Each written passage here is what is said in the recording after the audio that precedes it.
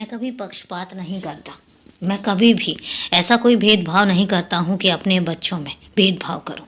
लेकिन ये भी हकीकत है कि मैं अपने हर बच्चे की नीयत देखकर उसके साथ इंसाफ भी करता हूँ और उसके साथ व्यवहार भी करता हूँ। मुझे ये देखना भी पड़ता है कि मेरा बच्चा किस नीयत से मेरे पास आ रहा है।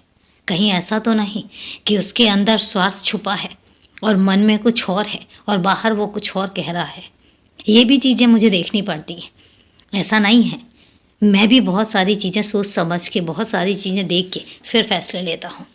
लेकिन मैं एक बात कहता हूँ कि जब मेरे पास बच्चा एक साफ नीयत से आता है, एक साफ मनसा से आता है और वो पूरे साफ दिल से आता है, जिसमें किसी के लिए भी कोई द्वेष भावना ना हो।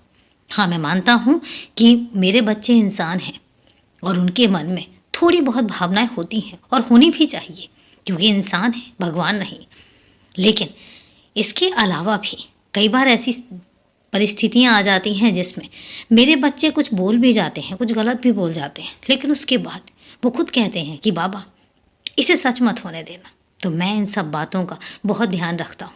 मैं ध्यान रखता हूँ साफ नीयत का, मैं ध्यान रखता हूँ एक अच्छे से स्वभाव का। और ये सब चीज़ें मैं तब देख पाता हूँ जब मेरा बच्चा मुझसे बात करता है, मेरे पास आता है और उसको ये बोलने की भी ज़रूरत नहीं पड़ती। जब वो मेरे पास आता है तो मैं समझ जाता हूँ। मुझे पता होता है कि मेरे बच्चे के दिमाग में क्या चल रहा है। इसलिए तुमसे कहता हूँ कि सब द्वेष छोड़ दो, जो जैसा कर रहा है उसको करने दो। बस तुम मस्त रहो और अपने काम में व्यस्त रहो, जो तुम्हारे लिए सबसे ज़्यादा ज़रूरी है। और अभी के लिए शुभ रात्रि।